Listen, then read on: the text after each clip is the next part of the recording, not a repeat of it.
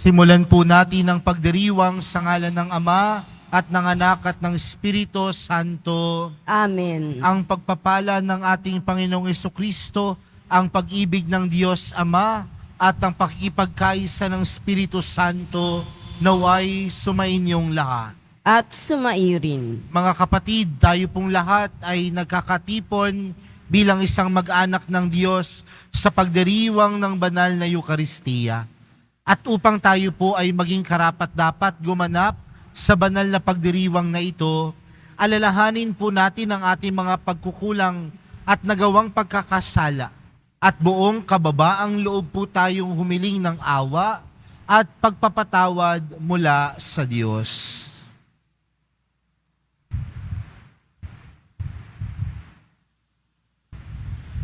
Inaamin ko sa makapangyarihang Diyos at sa inyo mga kapatid na lubha akong nagkasala sa isip, sa salita at sa gawa at sa aking pagkukulang. Kaya isinasamo ko sa mahal na Birheng Maria, sa lahat ng mga anghel at mga banal, at sa inyo mga kapatid na ako'y ipanalangin sa Panginoong ating Diyos. Kaawaan tayo ng makapangyarihang Diyos, patawarin tayo sa ating mga kasalanan, at patnubayan tayo sa buhay na walang hanggan. Amen. Panginoon, kaawaan mo kami. Panginoon, kaawaan mo kami. Kristo, kaawaan mo kami. Kristo, kaawaan mo kami. Panginoon, kaawaan mo kami. Panginoon, kaawaan mo kami. Manalangin tayo. Ama naming makapangyarihan, ipagkaloob mong sa aming pagkilala ng iyong anak para sa amin na buhay talaga. Kami naway maging kasalo niya, pakundangan sa pag-ibig ng Espiritong kanyang padala, sapagkat siya ang tagapamagitan, magpa sa walang hanggan. Amen. Magsiupo muna ang lahat. Pagbasa mula sa mga gawa ng mga apostol. Noong mga araw na iyon, masidhi ang pagnanais ni Saulo na usigin at patayin ang mga alagad ng Panginoon. Kaya't lumapit siya sa pinakapunong saserdote at humingi ng mga sulat para sa mga sinagoga sa Damasco upang madakip niya ang sinumang matagpuan niya roong kaanib sa bagong pananampalataya. Naging lalaki, maging babae, at madala sa Jerusalem. Naglakbay si Saulo patungong Damasco. Nang siya'y malapit na sa lungsod, biglang kumislap sa paligid niya ang isang nakasisilaw na liwanag mula sa langit. Ano pat napasubasob siya at narinig niya ang isang tinig na nagsalita sa kanya, "Saulo, Saulo, bakit mo ako inuusig?" "Sino po kayo, Panginoon?" tanong niya. "Ako'y si Jesus, ang iyong inuusig," tugon sa kanya. "Tuminding ka't pumasok sa lungsod. Sasabihin sa iyo roon kung ano ang dapat mong gawin." Natilihan ng mga kasama ni Saulo. Narinig nila ang tinig, ngunit wala silang makitang sinuman. Tumindig si Saulo at idinilat ang kanyang mata, ngunit hindi siya makakita. Kaya't siya'y inakay nila hanggang sa Damasco. 3 araw na hindi siya nakakita at hindi kumain ni uminom. Sa Damasco naman ay may isang alagad na ang pangalay Ananias. Tinawag siya ng Panginoon sa isang pangitain. "Ananias." "Ano po yun, Panginoon?" tugon niya. "Pumunta ka sa kalye matuwid sa bahay ni Judas at ipagtanong mo ang isang lalaking taga-Tarso na ang pangalay Saulo." Sabi ng Panginoon, siya'y nananalangin ngayon. Sa isang pangitain, nakita kanyang pumasok sa kinaroroonan niya at pinatungan mo siya ng kamay upang makakita. Sumagot si Ananias, "Panginoon, Marami na po ang nagbalita sa akin tungkol sa taong ito, tungkol sa mga kasamaang ginawa niya sa iyong mga banal sa Jerusalem. At naparito siya sa Damasco, taglay ang kapangyarihang galing sa mga punong saserdote upang dakpin ang lahat ng tumatawag sa iyong pangalan. Ngunit sinabi sa kanya ng Panginoon, "Pumaroon ka, sapagkat hinirang ko siya upang ipakilala ang aking pangalan sa mga hentil, sa mga hari, at sa mga anak ng Israel. At ipaalam ko sa kanya ang lahat ng dapat niyang tiisin alang-alang sa akin." Pumunta nga si Ananias. Pumasok siya sa bahay at ipinatong ang kanyang kamay kay Saulo. "Kapatid na Saulo," wika niya, "pinapunta ako rito ng Panginoong Hesus na napakita sa iyo sa daan nang ikaw ay papunta rito. Sinugo niya ako upang muli kang makakita at mapuspos ng Espiritu Santo." Pagdakay, may nalaglag na tila mga kaliskis mula sa mga mata ni Saulo at nakakita na siya. Tumindig siya agad at nagpabinyag. Kumain siya at nanauli ang kanyang lakas. Si Saulo'y ilang araw na kasakasama ng mga alagad sa Damasco. Pumasok siya sa mga sinagoga at nangaral tungkol kay Jesus. Siya ang anak ng Diyos, wika niya. Ang salita ng Diyos. Salamat sa Diyos. Pumayot ka't dalhin sa tanan, mabuting balitang aral. Humayot dalhin sa tanan, mabuting balitang aral. Purihin ang poon, dapat na purihin ng lahat ng bansa. Siya ay purihin ng lahat ng tao sa balat ng lupa.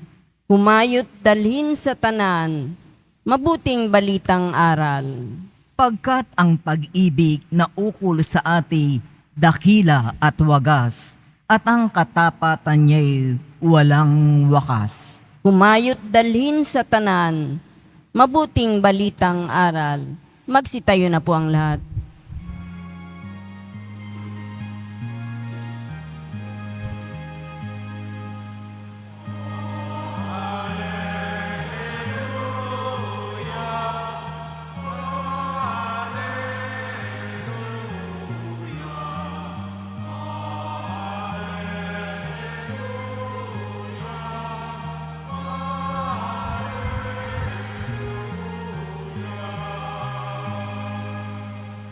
Ang sinumang kumakain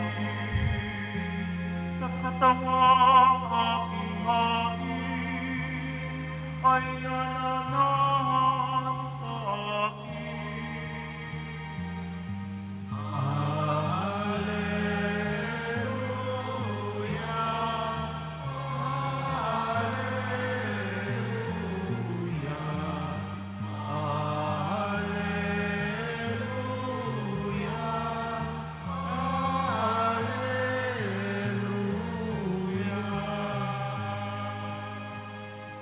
Sumainyo ang Panginoon. At sumairin. Ang mabuting balita ng Panginoon ayon kay San Juan. Papuri sa iyo, Panginoon.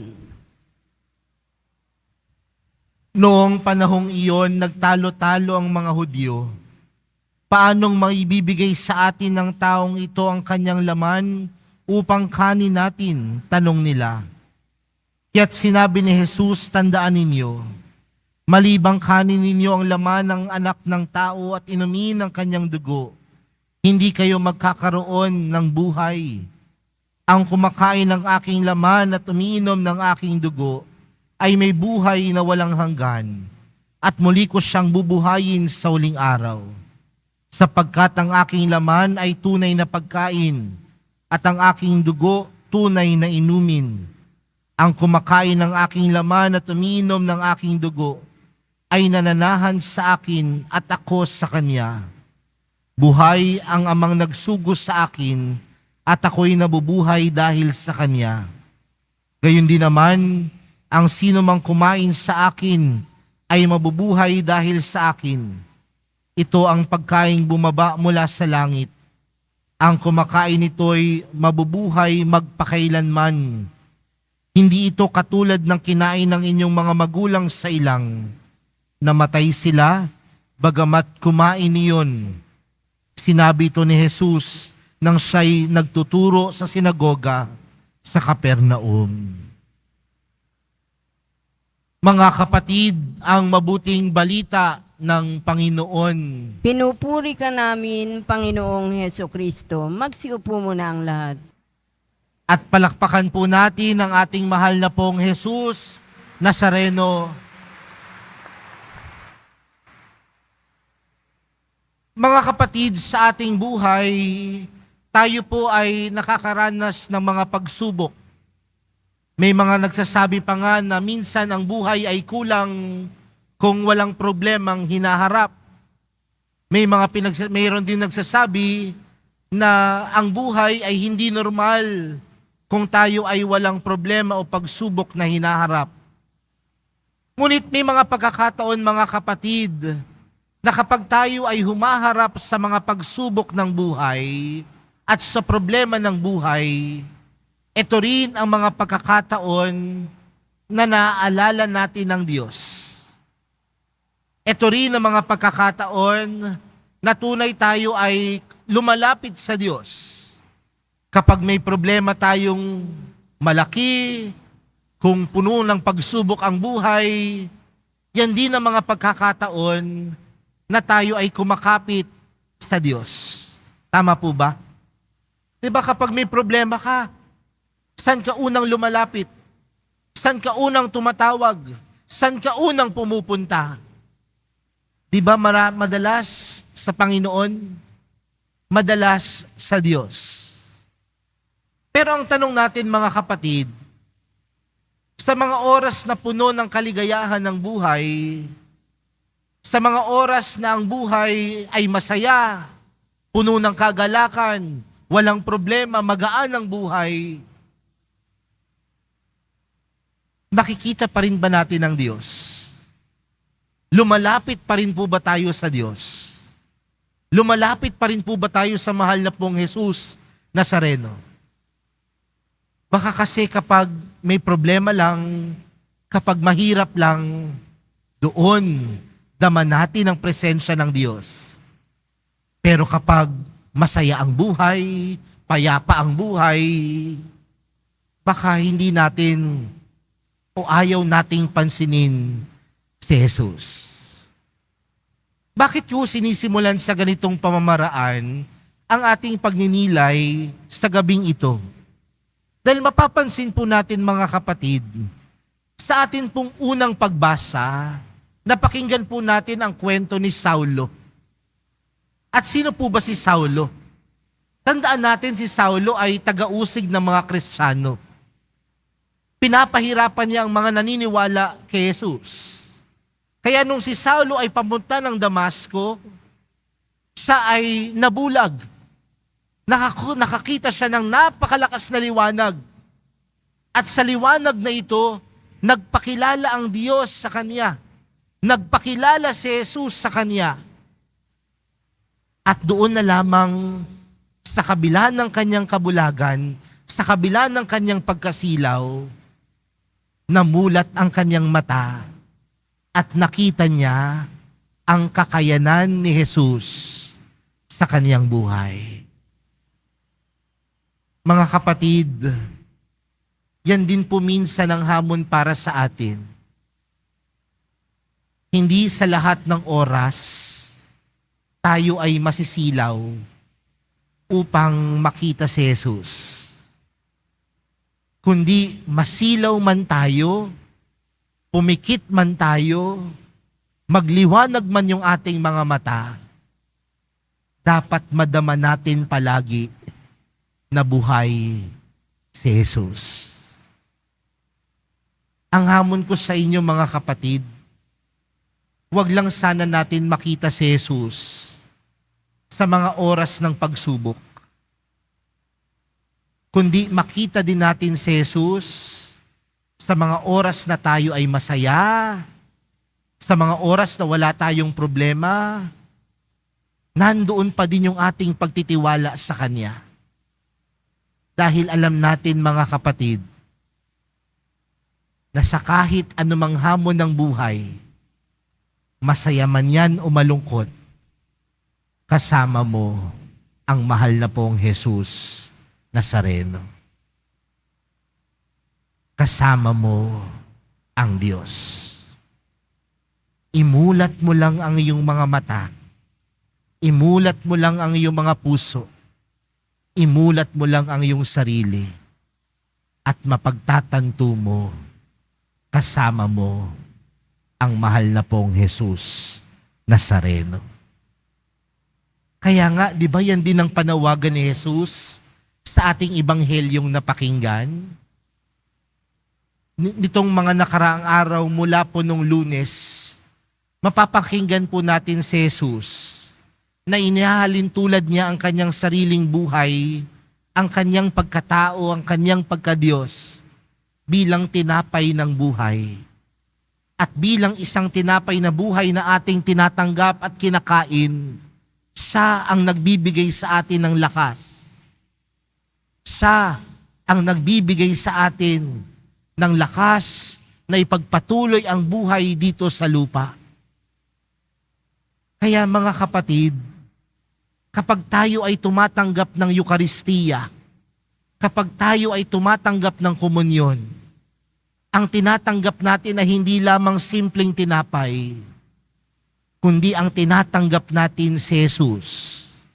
At sa pagtanggap natin si Jesus, patuloy niyang ipinapaalala sa atin ang buhay na walang hanggan at kasama sa buhay ng walang hanggan ang kanyang pagsama sa atin sa kahit anumang hamon ng buhay. Kaya sana po kapag tumatanggap tayo ng komunyon, wag lang tayong tumanggap ng komunyon kasi obligasyon nating tumanggap, kundi tumatanggap tayo ng komunyon upang ipaalala din sa ating sarili, kasama ko si Jesus. Masaya man ang buhay ko, may pinagdadaanan man ako, nahihirapan man ako, kasama ko ang mahal na pong Jesus Nazareno na nagbibigay sa akin ng tunay na lakas. At anong lakas ang ipinagkakaloob ni Jesus? Lakas ng kanyang pag-ibig. Ang pag-ibig ni Jesus sapat na upang harapin anuman ng hamon sa ating buhay.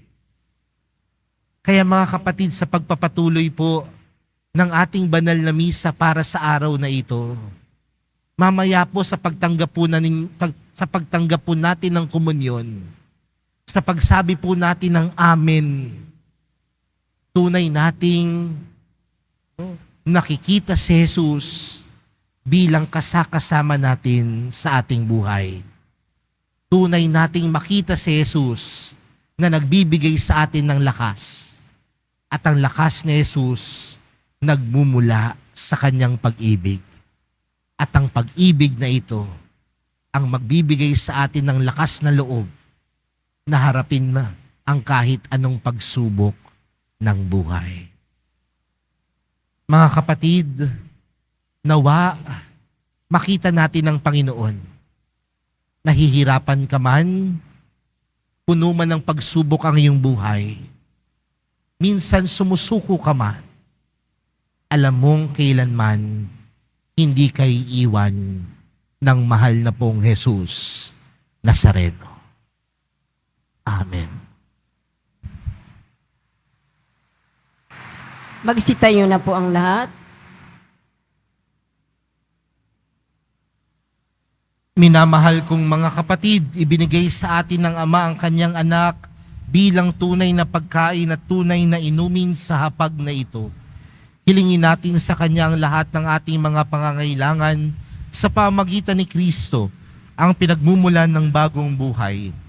Ang ating panalangin, Ama, panatilihin mo ang aming buhay sa pamamagitan ng Eukaristiya. Ama, panatilihin mo ang aming buhay sa pamamagitan ng Eukaristiya. Ang simbahan naway lumago sa pagpapahalaga sa Eukaristiya bilang tinapay ng buhay sa pamamagitan ng mas taimtim na pagdiriwang ng banal na misa. Manalangin tayo. Ama, panatilihin mo ang aming buhay sa pamamagitan ng Eukaristiya. Bilang isang pamayanan, naway hindi natin pagwalang bahala ang ating buhay pananampalataya. Bagkus, higit na manalig sa Diyos araw-araw. Kahit sa ating mga kahirapan at pagdurusa, manalangin tayo. Ama, panatilihin mo ang aming buhay sa pamamagitan ng Eukaristiya. Ang mga pamilya, lalo na ang ating mga anak, naway lumago sa pagbibigay dulot patuloy sa pagtanggap ng Eukaristiya. Manalangin tayo. Ama, panatilihin mo ang aming buhay sa pamamagitan ng Eukaristiya. Ang mga may sakit, naway palakasin ng kanilang pananampalataya sa pamamagitan ng pakikipag-isa ng kanilang paghihirap at pagpapasakit ni Kristo. Manalangin tayo. Ama, panatilihin mo ang aming buhay sa pamamagitan ng Eukaristiya. Ang mga mahal natin sa buhay na yumao, naway makamit ang buhay na walang hanggan na ipinangako ni Kristo. Manalangin tayo. Ama, panatilihin mo ang aming buhay sa pamamagitan ng Eukaristiya. Sa katahimikan po ng ating mga puso, ilapit po natin sa Diyos ang ating mga pansariling panalangin, gayon din ng mga taong humiling ng ating mga dasal at lahat na nag-alay ng intensyon para sa misang ito.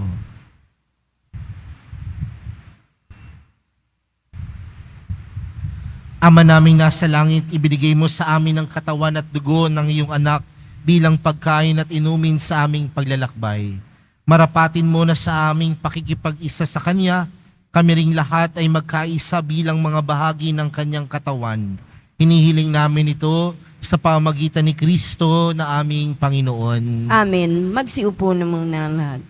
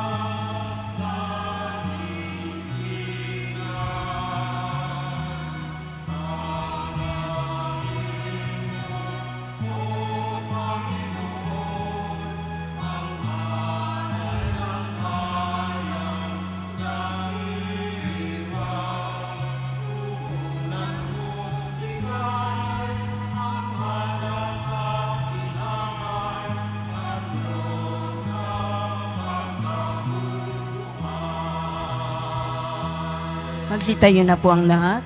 Manalangin po kayo mga kapatid upang ang paghahain natin ay kalugdan ng Diyos, Amang makapangyarihan. Tanggapin nawa ng Panginoon itong paghahain sa iyong mga kamay, sa kapurihan niya at karangalan, sa ating kapakinabangan at sa buong sambayanan niyang banal. Ama naming lumikha para mo ng awa, gawin mong banal ang mga alay naming iisa ng kalugdan, at kami gawin mong haing sa iyo laging nakalaan.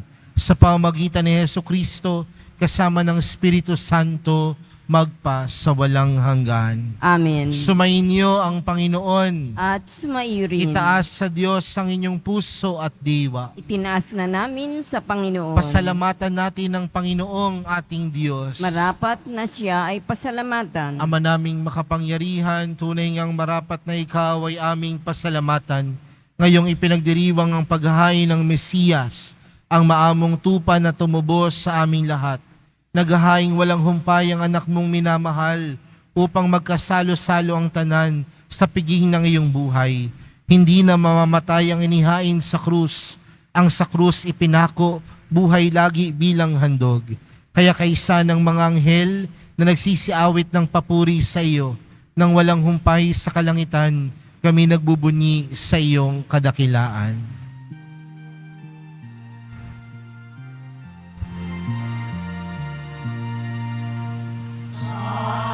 Santo, Santo, Panginoon Diyos ng amaro.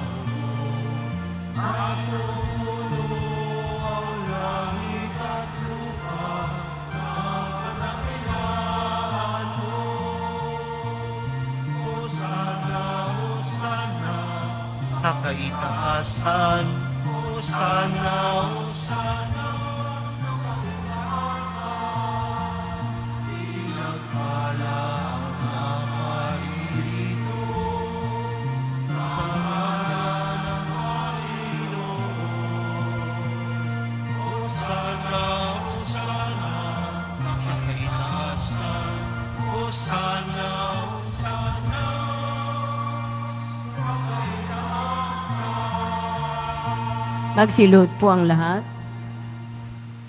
Ama naming banal, ikaw ang bukal ng tanang kabanalan. Kaya't sa pamagitan ng iyong Espiritu, gawin mong banal ang kaloob na ito upang para sa amin maging katawan at dugo ng aming Panginoong Hesukristo. Bago niya pinagtiis ang kusang loob na maging handog, hinawakan niya ang tinapay, pinasalamatan kaniya. Pinaghati-hati niya iyon, iniabot sa kaniyang mga alagad at sinabi, tanggapin ninyong lahat ito at kanin. Ito ang aking katawan na ihahandog para sa inyo.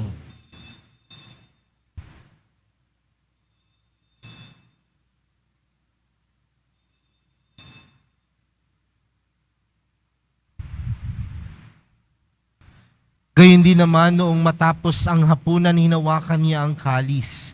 Muli kaniyang pinasalamatan. Iniabot niya ang kalis sa kanyang mga alagad at sinabi, tanggapin ninyong lahat ito at inumin. Ito ang kalis ng aking dugo, ng bago at walang hanggang tipan. Ang aking dugo na ibubuhos para sa inyo at para sa lahat, sa ikapagpapatawad ng mga kasalanan. Gawin niyo ito sa pag-alala sa akin.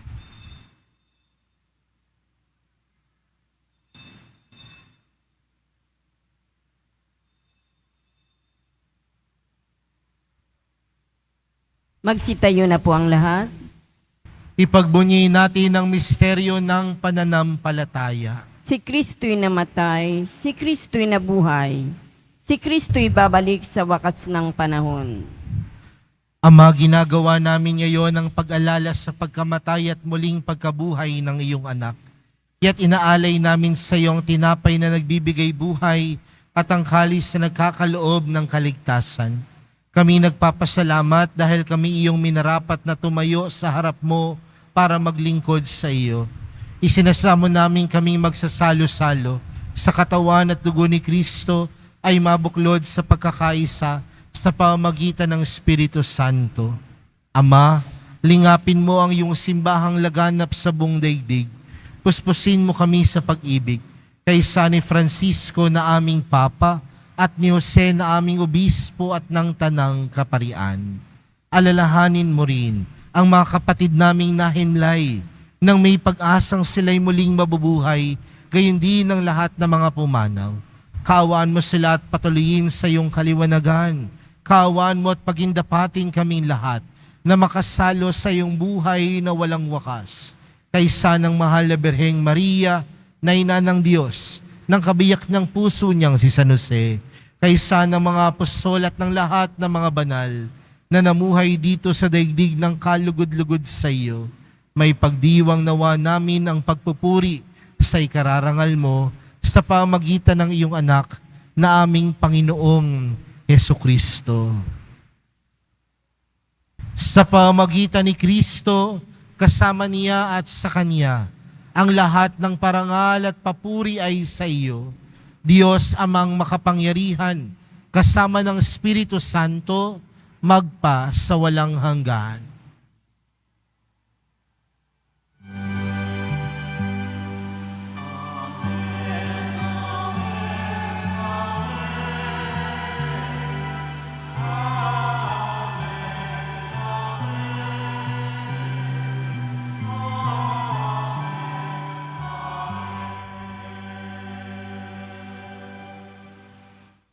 Kasama po natin ang Diyos sa kahit anumang hamon ng buhay.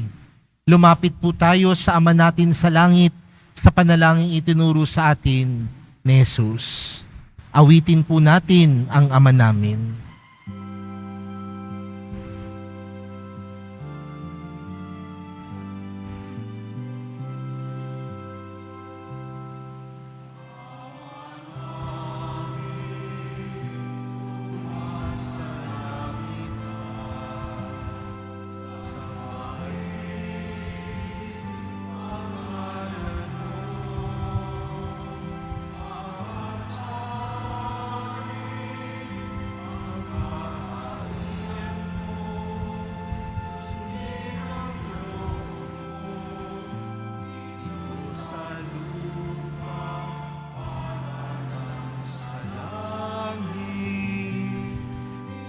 Bigyan mo kami ngayon ng aming kakanin sa araw-araw at patawarin mo kami sa aming mga sala para ng pagpapatawad namin sa nagkakasala sa amin, at huwag mo kami ipahintulot sa tukso, at iadya mo kami sa lahat ng masama. Hinihiling namin kami adya sa lahat ng masama, pagkalooban ng kapayapaan araw-araw, iligtas sa kasalanan at ilayo sa lahat ng kapahamakan, samantalang aming pinananabikan ang dakilang araw ng pagpapahayag ng tagapagligtas naming si Jesucristo. Sapagkat iyo ang kaharian at ang kapangyarihan at ang kapurihan magpakailanman. Amen. Panginoong Jesucristo, sinabi mo sa iyong mga apostol, kapayapaan ang iniwan ko sa inyo, ang aking kapayapaan ang ibinibigay ko sa inyo.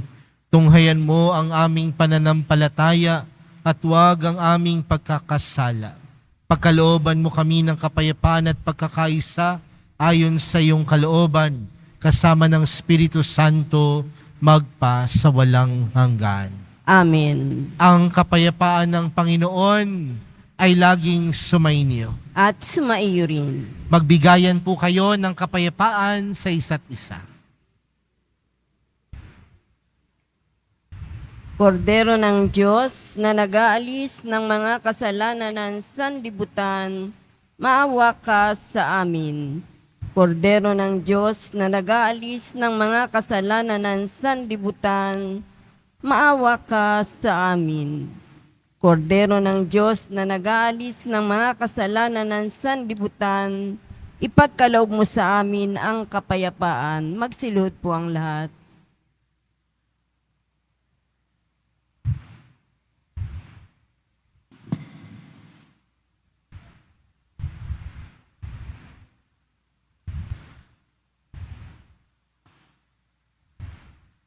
Narito po si Jesus, ang kordero ng Diyos.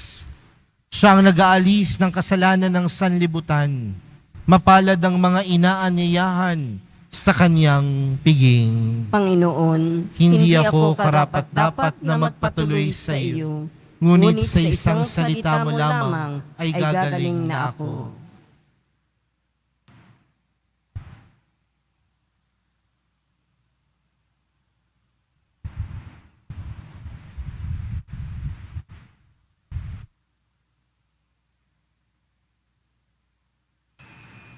Para sa lahat ng tatanggap ng banal na komunyon, sasagot po tayo ng amin pagkasabi ng paryo ng lay minister ng katawan ni Kristo. At isubo agad sa bibig bago umalis sa harapan ng paryo o lay minister. Sumunod po tayo.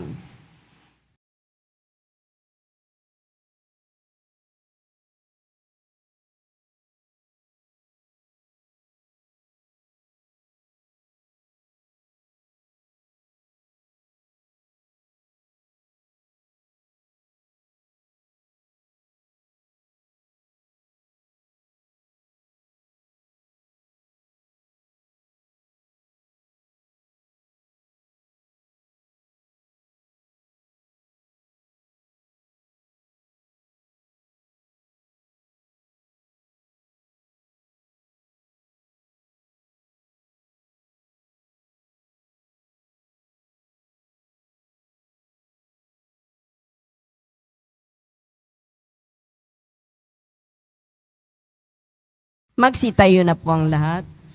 Manalangin tayo. Ama naming mapagmahal, sa pinagsaluhan naming banal na pakikinabang, ang amin nawang pag-ibig ay lalong madagdagan ng ginawa namin sa pag-alala sa anak mong mahal na nag-utos si pagdiwang ang huling hapunan. Sa pamagitan niya, kasama ng Espiritu Santo, magpa sa walang hanggan. Amen. Sumainyo ang Panginoon. At sumaiyo rin. Mahal na pong Jesus Nazareno, inihayag mo sa pamagitan ng krus ang walang maliw na pag-ibig ng Diyos sa sangkatauhan. Pakinggan mo ang kahilingan ng iyong angkan na nagsusumamos sa iyo. Makamtan nawa nila ang iyong katugunan at tanggapin ang kasagutan na may utang na loob na tinatanaw. Basbasan din po ninyo ang mga daladala nilang mga imahen at dasalan. Sa pamagitan ng bendisyon na ito, naway maalala nila ang mga pangako nila noon sa binyag na ikaw ang kanilang ibigin at paglilingkuran bilang Panginoon, magpa sa walang hanggan. Amen. At pagpalain po kayong lahat ng makapangyarihang Diyos, Ama, Anak, at ng Espiritu Santo. Amen. Humayo kayong taglayang kapayapaan ng Poong Jesus Nazareno. Salamat sa Diyos. Jesus Nazareno, sinasamba ka namin. Pinipinto ka namin. Aral mo'y aming buhay at kaligtasan. Nuestro Padre Jesus Nazareno, ilingkas mo kami sa kasalanan. Ang krus mong kinamatayan ay sakit sa